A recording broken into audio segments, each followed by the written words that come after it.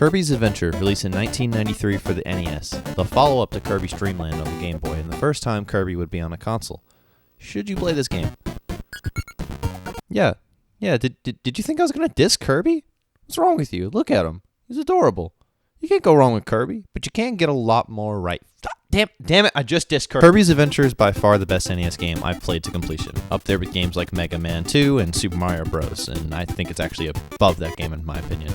But I try not to compare it to other games unless it's relevant, and that last comment wasn't, so don't worry about it, and don't comment about Mario, I'll be pissed. Kirby's Adventure is great. It took me only just over 3 hours to beat. Not to 100% completion, but about 75% based on the title screen. So what do you do in Kirby U? I'm not changing that. I'm not correcting that. It's highlighted that I'm not changing it. It's bolded. It's underlined. I'm not touching that. Is it like Quake 3 Revolution? No. Why the fuck do I keep bringing up random games? I'm not even changing the script either. It's still writing, and now it's in bold. It's like underlined, so I can't delete it. Okay. Anyways, in Kirby's Adventure, you play as Kirby, a cute little pink bald guy who sucks. No, not like that or like that.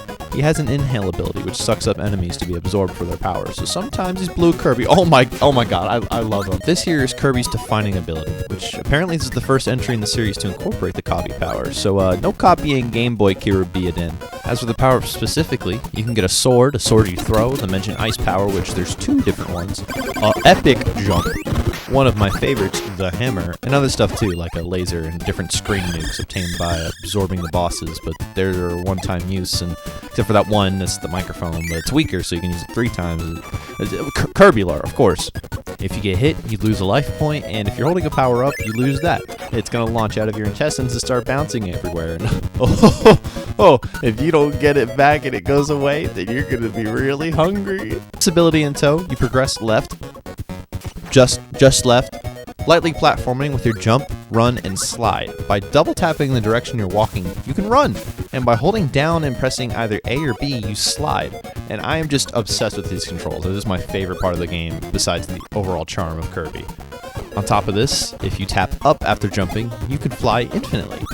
This is a huge staple of Kirby, and almost what makes Kirby Kirby, besides the copy powers. This is one I don't love a whole lot, as it makes you feel like you should be able to just keep hitting jump to fly, but instead it's up. I think they changed this later, but we're just talking about this game. You do this across levels, a few bosses, and that's it. Like I said, about 3 hours. Even though I died several times in the last couple of levels, the game is extremely forgiving. And dying just means restarting the screen with all of your health back and a life lost. Losing all your lives means restarting the stage from the beginning, which is no big deal. I never game overed in the same stage after I did the first time, except for the last boss. It is primarily a kid's game after all, so I'm taking that into account heavily. Although your flying ability trivializes pretty much all of the level design in most cases. Even if this is a kid's game, this is a little sucky. It's especially bad in the beginning levels, but it's in most stages overall, except for the final boss. So challenge is very minimal, and engaging with the level design is actually optional a lot of the time. There's not a whole lot to engage with to begin with, and that brings us to the level design itself. Nothing is super standout for me. I don't have super strong thoughts on it. I think it's fine. It did the thing, which was be a level. Which brings me to the music. The music is also fine. There are only a few standouts for me, mostly toward the end.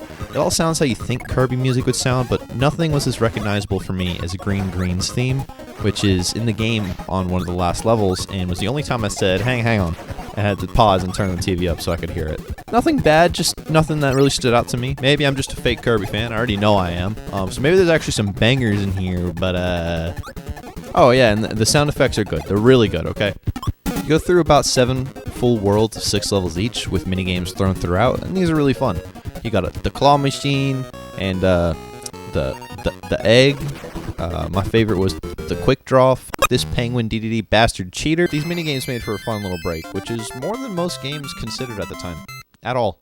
The game itself looks amazing. This game is top-notch graphically, definitely up there with some of the best-looking NES games. Everything's so damn cute. Except this. This can just leave.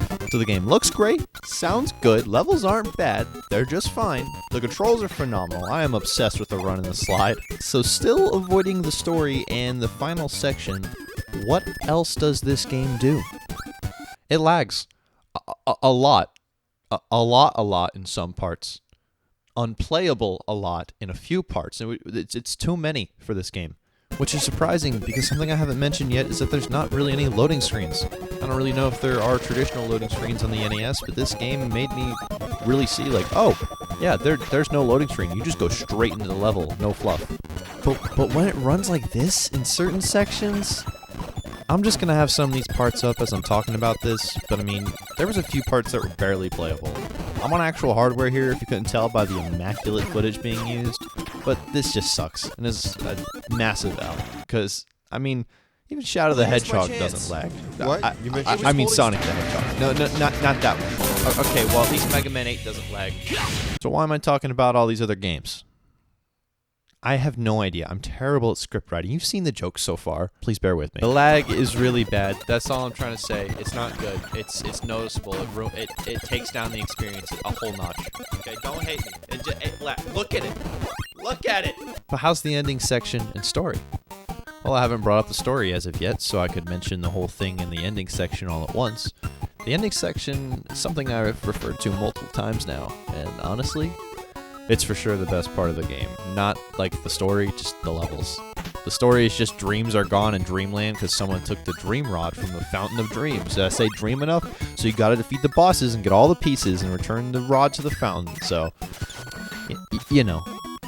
But getting to that last world, World 7, the Rainbow Resort. Just kidding, right before this, the boss fight of World 6 is awesome. Throughout the game, you start seeing this little dude show up. He gets kind of pissed off and leaves before sending a full wave of enemies after you. He'll also throw you power-ups sometimes, which is weird because I thought he was your enemy, but I mean, it's whatever, dude. I mean, I ain't complaining. The invisibility music's kind of fun. World 6 ends in a boss fight with him. It's not just any boss fight. It's a duel. Duel. Also, this dude's Mennonite, by the way. That guy from Smash Bros. Brawl. That's all he's from. They put him in this game. The guy from Brawl. So he throws out an actual sword, not just a power-up, as this stays equipped even after being hit, unlike normal power-ups from enemies. I mean, Kirby lore. You sword swing to the death, and after you prevail, this cultivates in a very emotional moment, where his mask is split off, and he's also a Kirby. What's up with that? Yeah, I don't know. I think the dude just likes fighting and wanted to test Kirby to duel him. There's my Soulspawn Kirby lore for you. It's very deep. But to talk about the final world, for real, the Rainbow Resort. First level, you get the cool laser power, and you kind of shoot it off the geometry to snipe some enemies. Nothing complex, it kind of does itself, but it's pretty cool. Then you power through some blocks with a different power-up, deal with some cannons, and that's level 1. This is where it gets weird. Level 2 is a boss rush, which is just a weird placement considering there's more levels after this that don't do anything super stand out for me. I thought the boss rush was cool, just in a weird spot, but the rest of the levels after this, before the level 6, the final one, weren't that memorable. I really have nothing to say about them. There was this cool Gravity Star part, but that was it, and it lasted like 15 seconds. But I kept dying, so, more like 45. I also haven't talked about the bosses up to this point, because they're nothing really to talk about. They're all kind of the same. They have different patterns you follow to avoid them, which isn't super hard. Then you wait for them to do the attack that lets you throw something back at them, and you do that about 3 times each boss fight, sometimes more, and that's it. Or if you have a power-up, you can just tank through them and damage the shit out of them. But the last level, I loved it. I'm assuming it's a throwback to the Game Boy predecessor because I've never played it. I do have it though, so maybe one day. This level goes full black and white, kind of like the Game Boy, excluding the enemies with abilities and Kirby himself. And it plays probably the most iconic Kirby song I brought up earlier, Green Greens. And I was so happy because I thought it wasn't in the game. The stage itself is pretty good too. The highlight for me was the song. That's really it. And there's the final boss, DDD himself. He's a fun little fight. Again, like the other bosses, find the pattern, dodge, and wait for your chance to hit back, and repeat a few times. This one took me a couple of tries to get it, but I did. And it was because of the Kirby lore, actually. And you actually go to World 8, kind of? It starts almost like a credit scene showing the Fountain of Dreams. Then you get one of the funniest cutscenes I've ever seen. Just go ahead and watch.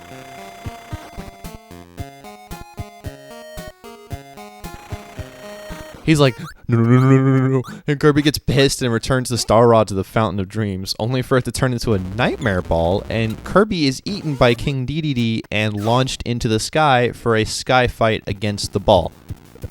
the Nightmare Ball. Then you fight the Nightmare Ball. And this fight was kind of hard until I realized you just gotta stay kind of close and maximize your shot speed. It's a visual spectacle, and I did like the music during this one. It's also very unexpected. I thought the game was over after DDD. After you beat him, you fly to the moon. And you fight Nightmare, and he's basically Dracula. This fight took me a second, but again, not bad. You gotta hit inside his cloak where he's weak with the Star Rod shot. Also, the Star Rod portrait is just great. I like this a lot. Nightmare Dracula is pretty badass, not gonna lie. Then after you beat him, the moon blows up, and it's blown up forever and ever. And Kirby flies back to planet Earth. The game explains DDD wasn't an asshole as Kirby flies over Dreamland. It looks like Kirby tells DDD to fuck off, and this is my headcanon for the Kirby lore, so yeah. And then it's like, yeah, everything's great. And after the ending sequence, that goes through all the bosses and credits. That's it. I mean, that's it. Something I noticed too after loading the game back up, I don't have footage of it, but you can play the minigames to your heart's content after you beat the game. So go fucking nuts. So that was Kirby.